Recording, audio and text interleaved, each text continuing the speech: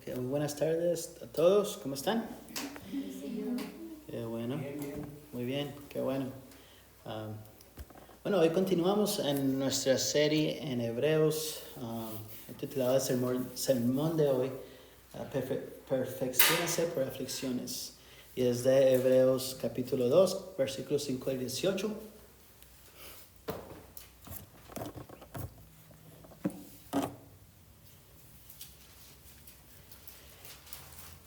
Y antes de empezar, quería darles una ilustración. Imagínense un grupo de personas atrapadas en la naturaleza. Esta área es peligrosa, inexplorada, repleta de amenazas invisibles y de un miedo constante por todas partes. Están perdidos, son vulnerables y no tienen esperanza de escapar por sus propios medios. Ahora visualiza a un guía poderoso y sabio, un verdadero maestro de la naturaleza salvaje, que observa su difícil situación desde una posición segura y elevada. Este guía posee todo el conocimiento y la fuerza necesarios para rescatarlos. Sin embargo, para guiarlos verdaderamente hacia la salida y comprender a fondo su lucha, decide descender él mismo a este terreno peligroso. No se limita a gritar instrucciones desde las alturas, entra voluntariamente en el mundo de ellos. Experimenta el frío penetrante, el hambre, el agotamiento, incluso el miedo a lo desconocido. Se enfrenta a los mismos peligros que ellos, soportando pruebas y sufriendo a su lado. Al hacerlo, llega a conocer íntimamente sus debilidades y la naturaleza específica de su cautiverio. Debido a que ha caminado personalmente a través de la oscuridad, ha combatido los peligros y ha probado la amargura de su desesperación, está singularmente calificado para ser su rescatador. Conoce el camino exacto hacia la seguridad, no solo de manera intelectual, sino por experiencia propia. Se convierte en su defensor, no meramente en un comandante distante, sino en un líder compasivo que comprende cada una de sus luchas. Finalmente se enfrenta a la mayor amenaza de esa naturaleza salvaje, la derrota, y despeja el camino para todos aquellos que le siguen, sacándolos del peligro y conduciéndolos hacia un lugar de descanso y libertad. Por favor, oren conmigo. Padre, te damos toda la gloria hoy, Dios. Tu historia, tu Biblia, tu palabra es santa y perfecta y nos da la esperanza que necesitamos para seguir en esta vida. Tú nos da esa agua que necesitamos, que nunca los quita sed. Gracias, Padre, por tu gracia y misericordia que tú das. Das sin nosotros tener que hacer algo para merecerlas. Gracias, Padre, por el amor que usted da, que mandó a su Hijo al mundo para salvarnos. Y, Padre, te pedimos que nos ayude con nuestras peticiones que tenemos, las que hemos dicho hoy en frente de todos y las que no hemos dicho en frente de gente. Esté con nosotros, Dios, ayúdenos a tener tus palabras en nuestro corazón y siempre dar palabras a otros de las buenas nuevas de usted. Gracias, Dios, por este día y por todo lo que nos ha dado.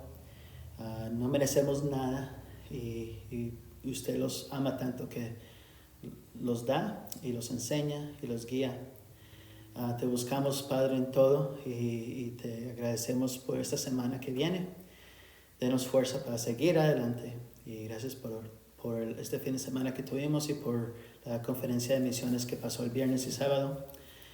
Que vaya mucho fruto de esa reunión para toda el área de Upstate, de los hispanos y de otros. Gracias por la gente que había visto, que no había visto mucho tiempo, que pude ver, y nuevas amistades también. Dios, que los guíe en lo que ellos están buscando para hacer en sus corazones, y a mí también, y a mi familia. Padre, y te pedimos todo esto en tu nombre. Amén. Entonces hoy estamos siguiendo la serie de sermones sobre el libro de Hebreos, titulada Cristo, la huella exacta, de que viene el primer capítulo. En los últimos dos capítulos nos hemos centrado en la superioridad de Jesús sobre los ángeles. Hace 4 semanas profundizamos en Hebreos 1:5 al 12, destacando 2 puntos clave. Primero, Jesús es el Hijo de Dios, un título que Dios nunca otorgó a ningún ángel, lo cual afirma su naturaleza divina y su coronación como rey. Eso es Hebreos 1:5 al 6, Romanos 1:4. Segundo, Jesús ha sido ungido por encima de todos los demás, incluidos a los ángeles. Hebreos 1:7 al 12. Mientras que los ángeles son siervos, Jesús es Dios mismo, poseedor de un trono eterno y de un reinado justo. Él es el creador inmutable.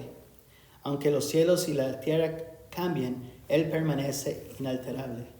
Por lo tanto, nuestra adoración y nuestra confianza deben depositarse únicamente en Jesús, el Salvador inmutable, y no en seres creados. Las últimas semanas han enfatizado la verdad innegable de la divinidad y superioridad de Jesús. Él está sentado a la diestra de Dios, una posición de autoridad suprema y de obra consumada, muy por encima de cualquier ángel. Dada su preeminencia, debemos prestarle nuestra atención indivisa y no apartarnos de él. Se utilizó la analogía de nadar en el océano la semana pasada. Así como uno puede ser arrastrado por la corriente sin darse cuenta, los creyentes pueden desviarse de su rumbo si no permanecen anclados en la palabra de Dios. Hebreos 1:2 nos recuerda que Dios nos ha hablado por medio de su Hijo.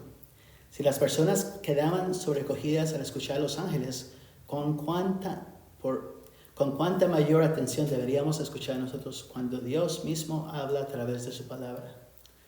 La Biblia es la voz de Dios y sirve como alimento espiritual esencial para el creyente.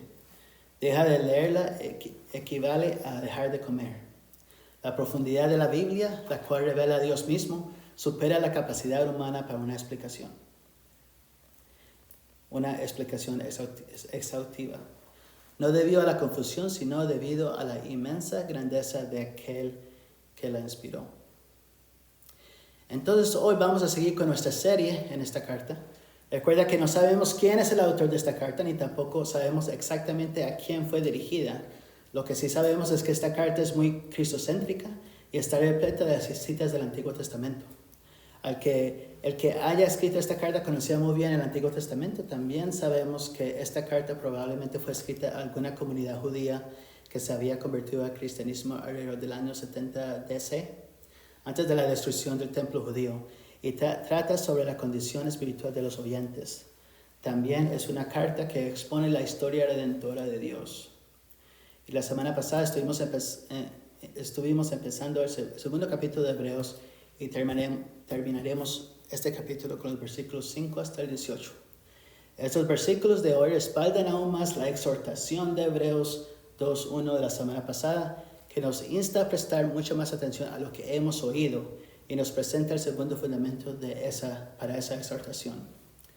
He titulado el mensaje de hoy, La salvación perfeccionada mediante el sufrimiento. Este título viene del versículo 10 de este capítulo. El tesis de hoy, la salvación perfeccionada mediante el sufrimiento. La salvación perfeccionada mediante el sufrimiento. De manera muy similar a como la ilustración al comienzo del sermón de hoy nos ayudó a comprender a Jesús, quien aunque muy superior a los ángeles, Hebreos 2:7, que vamos a leer en un momentico, eligió hacerse plenamente humano, compartiendo nuestra carne y sangre, Hebreos 2:14. Él hizo esto para que al experimentar la muerte en sí mismo pudiera destruir el poder del diablo y liberar a aquellos que vivían esclavizados por el temor de la muerte, Hebreos 2:14-15. Debido a que sufrió y fue tentado, Él es capaz de ayudar a quienes están siendo tentados, actuando como nuestro sumo sacerdote misericordioso y fiel. Él es el fundador de nuestra salvación, conduciendo a muchos a la gloria a través de su propio sufrimiento. Él es esa segunda persona de la Trinidad que asumió carne humana y habitó entre nosotros, plenamente Dios y plenamente hombre. Y ahora leemos los primeros 4 versículos 5 al 9 del capítulo 2 de Hebreos.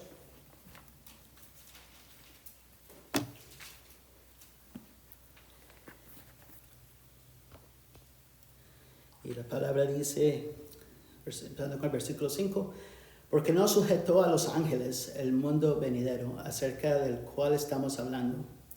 Pero uno ha testificado en un lugar de las Escrituras diciendo, ¿qué es el hombre para que tú te acuerdes de él?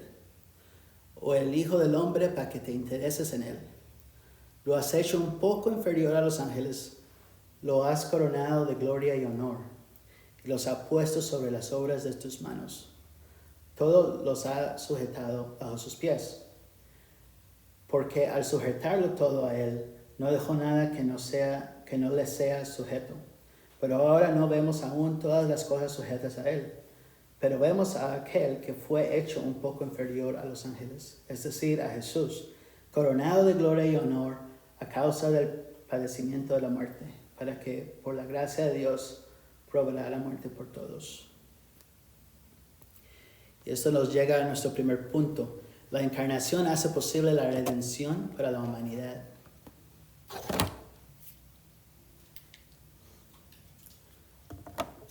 ¿Y qué quiero decir con la encarnación? Según un diccionario teológico, la encarnación hace referencia a la segunda persona de la Trinidad, que sin renunciar a su deidad se convirtió en un ser humano, y la redención tiene que ver con ser rescatado, restaurado y redimido. Entonces, si estás en Cristo hoy, eres rescatado, restaurado y redimido.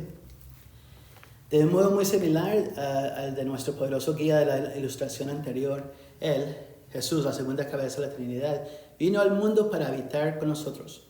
Vino voluntariamente con un único propósito en mente: redimir a su pueblo. Pensar de esta foto o esta historia de redención me hace mucho pensar de una canción que salió en 1999. Es en inglés, pero la traducí en español. Y en inglés se llama Why We Praise Him. Por eso lo alabamos. Y parte de lo que decía, aquí está en la pantalla y lo voy a leer. No lo voy a cantar porque no puedo cantar. Él vino a vivir una vida perfecta. Vino a ser palabra viva, nuestra luz. Vino a morir para que fuéramos reconciliados. Vino a resucitar para mostrar su poder y su grandeza. Por eso lo alabamos, por eso cantamos, por eso le ofrecemos nuestro todo. Por eso nos postramos y adoramos a este Rey, porque Él lo dio todo. Y esa parte sigue repitiéndose. Si estuvieron en high school a finales del año los 90, era el wow Christian music. Sí. Hay mucha historia ahí, pero ese es Avalon y todos esos grupos que muchos aquí, quizás ustedes conocen, pero creo que me puse mi edad un poquito ahí. Pero en todos casos, esta canción me gustó mucho pensar cuando leí este versículo, porque está hablando de que porque Él lo dio todo, Cristo dio todo por nosotros. Amén. Y por eso lo alabamos, por eso es porque Él es nuestra luz, Él es nuestro todo. Amén. Y entonces yo pensando en eso pensé que eso era bueno para poner ahí. Y también pensando de gente que sí puede cantar. ¿Por qué cantamos? ¿Por qué lo alabamos? ¿Por qué lo adoramos? Y es porque Él es el Rey. Y Él es justo de esa alabanza. Debido a que vino a vivir una vida perfecta y a habitar en su pueblo, la encarnación se convirtió en el redentor de su pueblo y en la única sustitución justificada por nuestros pecados. Él era el único que se podía tomar ese lugar. Pero ¿por qué haría Él tal cosa por nosotros? Jesús se hizo inferior a los ángeles para habitar con nosotros. Hizo esto tal como nos dice el versículo 9, para que Jesús experimentara la muerte por nosotros. Él verdaderamente derrotó a la muerte. Fue traspasado por nuestras transgresiones. Como dice Isaías 53, 7 al 9, que lo voy a leer aquí, que me encanta ese versículo, o esa parte, ese capítulo entero. Fue oprimido y afligido, pero no abrió su boca. Como cordero que es llevado al matadero, y como oveja que ante sus transquiladores permanece muda. Él no abrió su boca, por opresión y juicio fue quitado.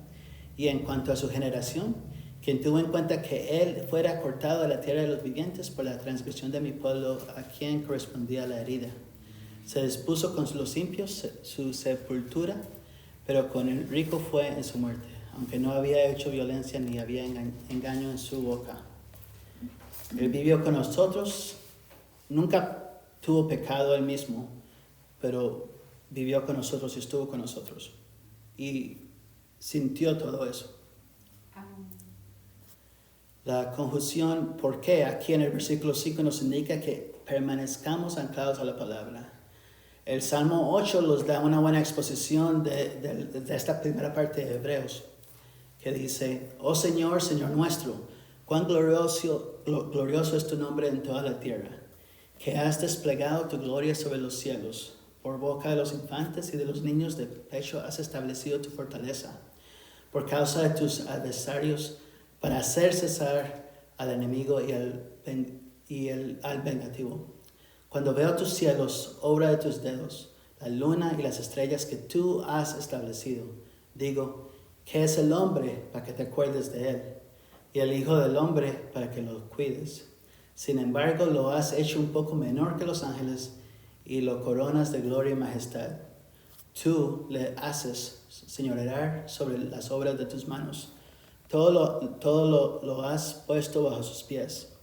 Todas las ovejas y los bueyes y también las bestias del campo, las aves de los cielos y los peces del mar, cuanto atraviesa la senda de los mares.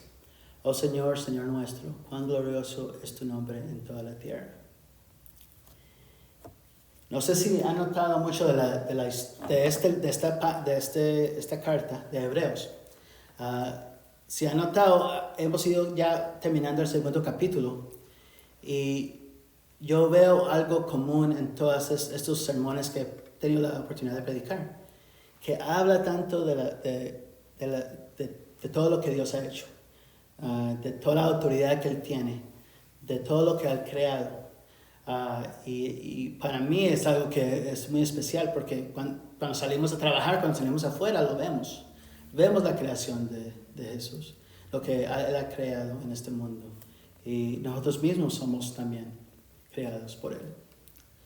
Este salmo observamos esa misma exposición. Y también nótese el entusiasmo que el salmista escribe estas palabras. Y también note cómo hay tanta combinación con el Testamento Antiguo y el Testamento Nuevo. Hebreos, como he dicho en otros sermones, tiene, creo que las citas del Testamento Antiguo más del Nuevo Testamento. Creo que Romanos también tiene bastante. Espera que lleguemos al capítulo 11. Ahí va a haber mucho también. Y entonces, yo hablé la semana pasada de cómo leer la palabra de Dios es como alimentarse con comida. Y hablé de carne, como que tenía hambre o algo, pero es verdad, la palabra de Dios es comida para nuestro cuerpo también. Y en lo mismo, vemos como la palabra de Dios es para todas ocasiones, todo tiempo, todas temporadas. Entonces es algo muy especial. Es cierto que el gozo del Señor es algo extraordinario y el autor de Hebreos desea mostrarnos la superioridad de Jesús por encima de todas las cosas. Y ahora pasemos a nuestro segundo punto, que es el papel de Dios en la salvación, el cual se encuentra en los versículos 10 al 18. Esta sección de versículos del 5 al 18 son 2 puntos, de 5 a 9 y 10 a 18, pero de 10 a 18 es en realidad 2 subpuntos es el texto, pero lo voy a combinar en un punto, algo así. Pero leemos esos versículos, 10 al 18. Versículo 10. Porque convenía que aquel para quien son todas las cosas y por quien son todas las cosas, llevando muchos hijos a la gloria, hiciera perfecto por medio de los padecimientos al autor de la salvación de ellos. Porque tanto el que santifica como los que son santificados son todos de un Padre, por lo cual Él no se avergüenza de llamarlos hermanos, cuando dice, anunciaré tu nombre a mis hermanos, en medio de la congregación te cantaré himnos. Otra vez yo en él confiaré y otra vez aquí estoy, yo y los hijos que Dios me ha dado. Así que, por cuanto los hijos participan de carne y sangre, también Jesús participó de lo mismo, para anular mediante la muerte el poder de aquel que tenía el poder de la muerte, es decir, el diablo, y librar a los que por el temor a la muerte estaban sujetos a esclavitud durante toda la vida, porque ciertamente no ayuda a los ángeles, sino que ayuda a la descendencia de Abraham. Por tanto, tenía que ser hecho semejante a sus hermanos en todo, a fin de que llegara a ser un sumo sacerdote misericordioso y fiel en las cosas que a Dios atañen, para hacer propiciación por los pecados del pueblo. Pues por cuanto él mismo fue tentado en el sufrimiento, es poderoso para socorrer a los que son tentados. Y aquí seguimos, el segundo punto, el papel de Dios en la salvación. El Señor no socorre a los ángeles, sino a nosotros, su creación. Él vino a habitar en nosotros y con nosotros. Las aflicciones que Jesús soportó fueron para nuestra salvación y nuestro beneficio. Y a causa de esas aflicciones que Jesús sufrió por nosotros, fue objeto de burla y escarnio. Incluso hoy en día la manera en que Jesús sufrió por nosotros resulta evidente para los no creyentes. Pero es precisamente gracias a esas aflicciones que somos sanados. Nos encontramos con Jesús cuando nos enfrentamos a las aflicciones. Más tal como dijo el apóstol Pablo con respecto a las aflicciones. Esta vida terrenal nuestra es una aflicción leve y pasajera. Y ya y sabemos que la vida cristiana tiene mucha aflicción. No es una vida fácil, pero es una aflicción leve y pasajera, como dijo Pablo. Y en realidad este tiempo que estamos aquí como residentes de este planeta es un tiempo corto, aunque es una vida dura y te va a tener sus días duros, pero también va a tener sus días buenos. Y en toda época debemos alabar a Dios, en lo bueno y en lo malo, porque en realidad para eso estamos aquí. En nuestra ilustración anterior, Jesús se hizo inferior a los ángeles de un modo muy similar a como el guía experimentado asumió los peligros que enfrentaban todos aquellos que se encontraban por debajo de él. Un comentario sobre Hebreos con respecto al primer subpunto de estos 8 versículos señala que Dios ha hecho al Salvador perfecto por medio del sufrimiento. Veremos en los capítulos venideros que la perfección es un tema destacado en Hebreos. Y también otras palabras que en toda la carta de Hebreos se repite muchas veces. Y también veremos que la perfección se decide únicamente en la segunda persona de la Trinidad, Jesucristo. Del mismo modo que nadie se convierte en un guía experto sin haber vivido la mayor cantidad posible de experiencias en el campo. Dios envió a su Hijo no para que aprendiera a ser humano, sino como un sacrificio perfecto, una sustitución perfecta por nosotros. Hay redención por medio de su sangre, el perdón de los pecados, como dice la Biblia. Porque la ilustración ahí pierde. La ilustración que dije al comienzo ahí para. Porque para explicar a Dios, para comparar un humano con un Dios es imposible. Pero da la idea, porque también podía hablar de gente que entrena para ser en el ejército, cosas así. Pero también esa ilustración pierde. Es como tratando de explicar la Trinidad. Hay muchas formas de explicarla, pero en realidad las ilustraciones de explicarlo también se pierden eventualmente porque es tan grande que es difícil explicarlo. Esta vida es breve y debemos sobrellevar estas aflicciones, pues Jesús cargó con mucho más de lo que nosotros jamás habríamos podido soportar por nuestra cuenta. Por eso es otra razón por qué las ilustraciones así se pierden. Porque lo que él puede cargar, la carga que él tuvo no está para cargar.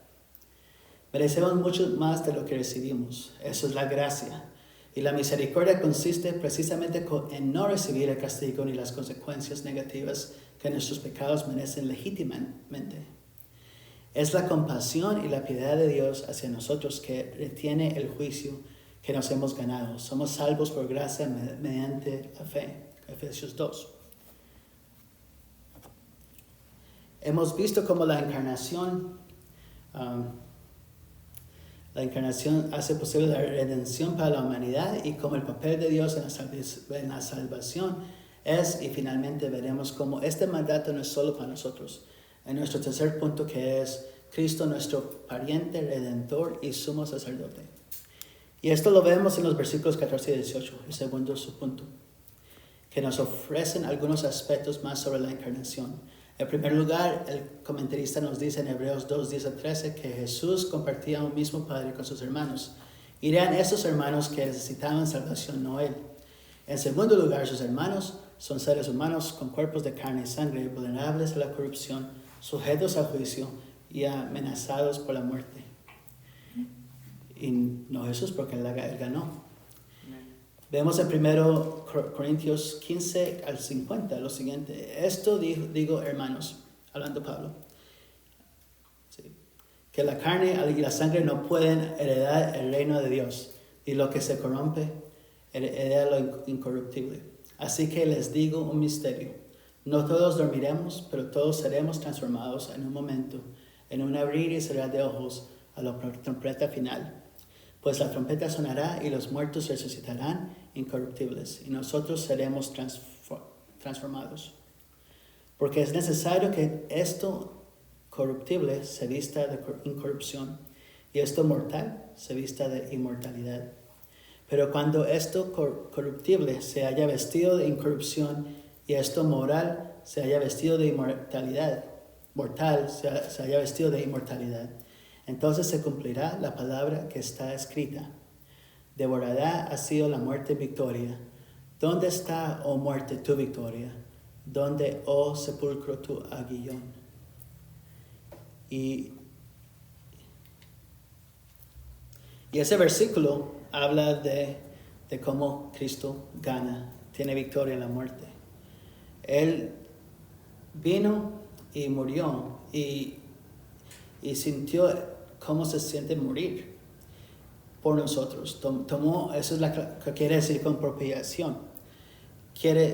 Tomó eso por nosotros. Y es un regalo que Él dio gratis. El guía de nuestra ilustración inicial no está allí para ayudar a personas en otra jungla. Está allí para ayudar a las personas que le han sido encomendadas. La victoria final es suya. Y Él derrotará al diablo y vencerá a la muerte una vez más. Y nosotros, como la familia de Abraham, que participará en esa promesa. El viernes pasado, en la conferencia de misiones, el pastor Jaime predicó sobre Hechos 2. Hizo un planteamiento muy importante con respecto al Espíritu Santo, que el mismo Espíritu Santo de que se habla en Hechos 2 es el mismo Espíritu Santo que habita en ti. Tenemos un redentor, un pariente cercano que ha venido para salvarnos, y debido a esta grandiosa salvación todos nosotros deberíamos ir y contarles a otros estas buenas nuevas. Porque si estás en Cristo, ese mandato es para ti también. Y por eso podemos hacer lo que hacemos, porque Dios los llama a hacerlos. Pero me encantó mucho escuchar eso, lo que Jaime dijo, porque en realidad ese mismo Espíritu Santo que estuvo en Pentecostés, en ese tiempo, en Hechos 2, es el mismo que está en nosotros si estamos en Cristo. Ese mismo Jesús que vino al mundo, estuvo con nosotros por unos años y lo mataron y fue crucificado, lo mataron y resucitó. Ese lo hizo, y que lo hizo por nosotros. Ese es el mismo Dios que está con nosotros. No es otra persona. Y aunque el mundo lo vea de un sistema diferente, nosotros sabemos la verdad porque la palabra lo dice. Y una persona cristiana podía encontrar varios conceptos desafiantes o difíciles en esta carta de Hebreos. Y también a los cristianos. Hay muchos conceptos aquí que podemos ver en muchas formas. Una de ellas es la naturaleza del estado de perdición humana. Y si vemos versículos como Romanos 3:23, que todos han pecado y no alcanzan la gloria de Dios. Alguien puede decir, ¿qué quiere decir con todos? Y es clara, todos han pecado, han tenido pecado. Somos todos en esa posibilidad. Hemos visto en el sermón de hoy que Dios mandó a su Hijo al mundo para salvarnos por esa misma razón. Tenía que haber un sacrificio perfecto. Y su Hijo unigénico era ese sacrificio perfecto. También en Hebreos la necesidad de un rescatador divino. El concepto de un salvador también resulta ajeno para los no creyentes y algunas veces para nosotros también. A veces no podemos creer que un Dios los salvaría o que hay un Dios. Pero leemos versículos como Juan 14:6, que la autoridad de Dios Padre al enviar a su Hijo y lo que dice su palabra. Yo soy el camino, la verdad y la vida. Nadie viene al Padre sino por mí. No hay más claro que eso. Pero hay muchas religiones, otra gente que dice, ¿cómo se atreve a decir que yo soy el camino, la verdad y la vida? Pero lo dice la Biblia. Y si tenemos la Biblia como una autoridad, entonces ahí lo dice muy claro. Y eso para mí es uno de los versículos hablando de defender la fe, que es lo más claro. Yo no sé de muchos otros textos de otras religiones que ni van ahí.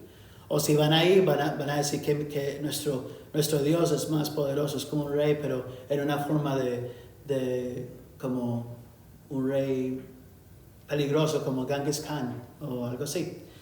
Pero nosotros hablamos de este rey como una oveja que vino aquí y fue sacrificada y murió. Y para mucha gente ven eso como algo muy triste o que débil, que foto tan débil que eso me da. Pero en realidad, ese sacrificio que pasó justificó a nosotros para estar con Él.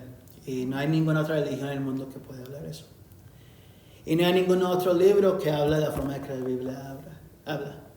Si uno, para crear la Biblia, no ponía de su Salvador como una oveja humilde que va a ser sacrificada.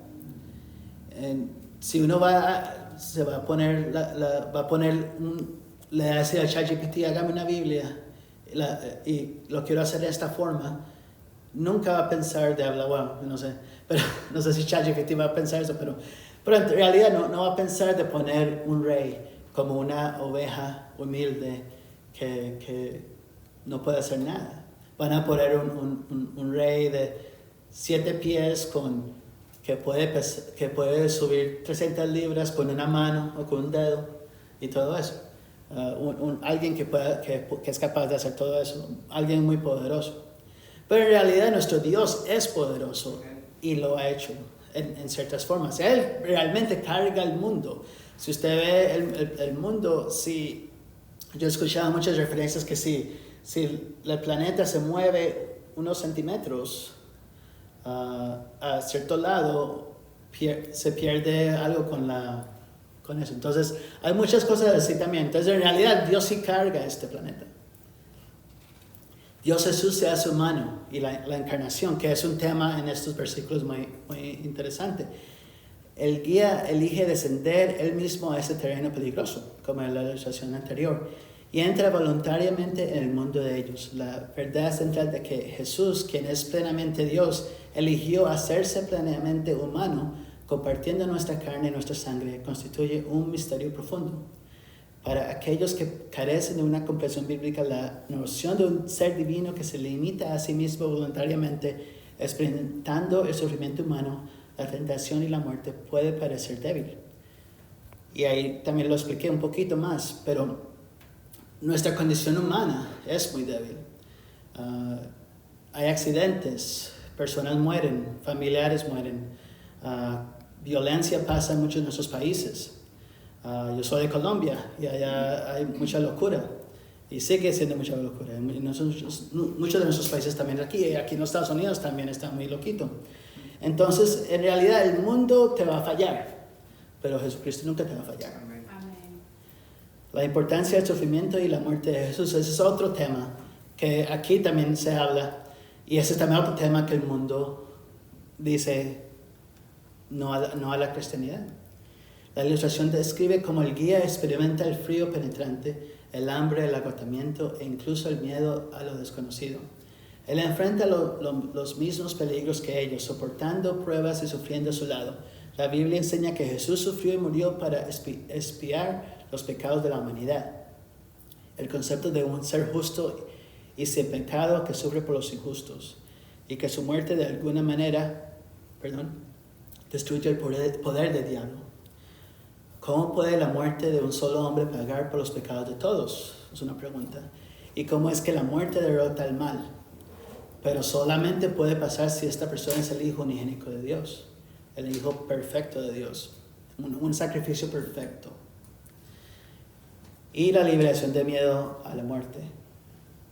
Y eso es algo que yo tengo unos amigos que me han dicho que es algo que le da miedo. Y yo también a veces, especialmente este año. Es el miedo de la muerte. La idea de que las acciones de Jesús liberan a aquellos que vivían en la esclavitud por el miedo de la muerte. Hay esperanza solamente en la palabra de Jesucristo. Y es por Él que somos sanos. No por nuestra cuenta, sino por el sacrificio de Él. Él ganó a la muerte. Entonces, porque Él ganó a la muerte, podemos tener confianza si estamos en Cristo, que no le debemos tener miedo a la muerte. Y Jesús como sumo sacerdote misericordioso y fiel.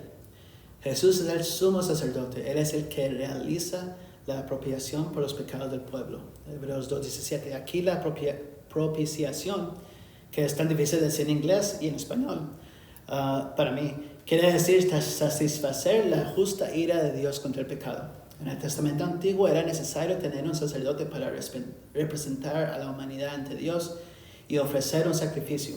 Aquí en el Nuevo Testamento Jesús es ese sumo sacerdote que nos salva.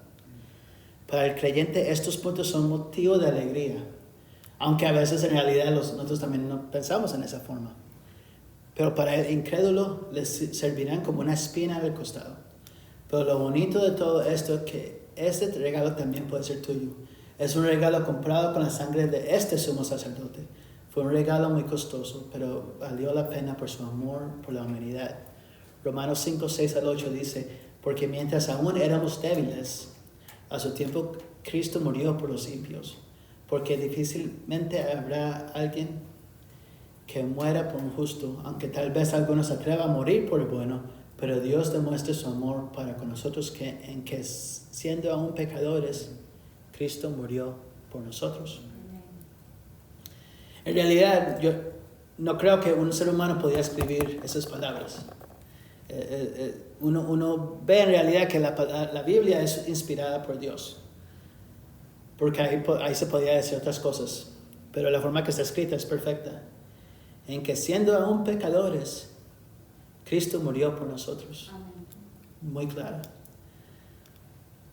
Aceptarás este llamado en tu vida y lo buscarás hoy. Si ya lo conoces, le consagrarás nuevamente tu vida y reconocerás tu necesidad de Él. Y eso viene con lo que pasó en las misiones, en la conferencia de misiones. Eso fue algo que, un llamado a mucha gente ahí también. Y vinieron mucha gente y estuvo bueno. Pero en realidad eso es un llamado para nosotros también. Y no quiere decir que vamos al fines de la tierra, aunque puede que sea un llamado así. El llamado es para vivir para Él hoy. ¿Qué puedo hacer yo hoy para vivir para Él?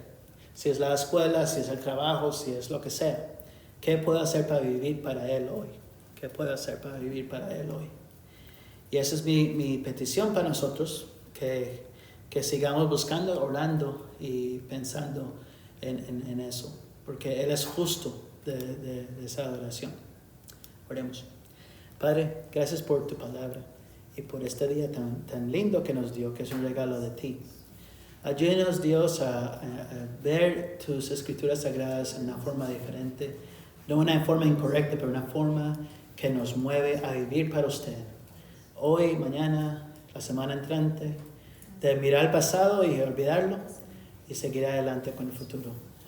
Cada día es un regalo de ti, hasta que nos llame a la casa.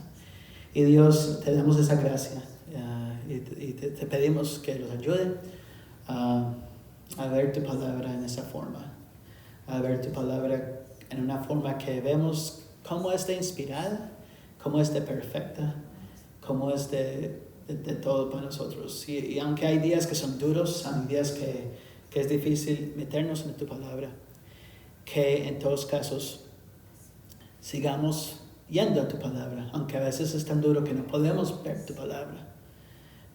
Y tú sabes Yo he estado en ese lugar muchas veces. Pero Dios, tú eres bueno. Y tú eres misericordioso. Y tú los das gracia. Y te agradezco tanto por eso. Por darnos esas ganas y esa fuerza de ver tu palabra, Dios. Ayúdanos a pensar más y más de ti. Y vivir más y más para ti. Y orar y todo eso, Dios. Que es tan bueno estar en tus brazos. Y no estar en los brazos del mundo. Gracias, Padre, que esté con nosotros esta semana. Y cuídenos. Y te he pedido todo esto en tu nombre. Amén.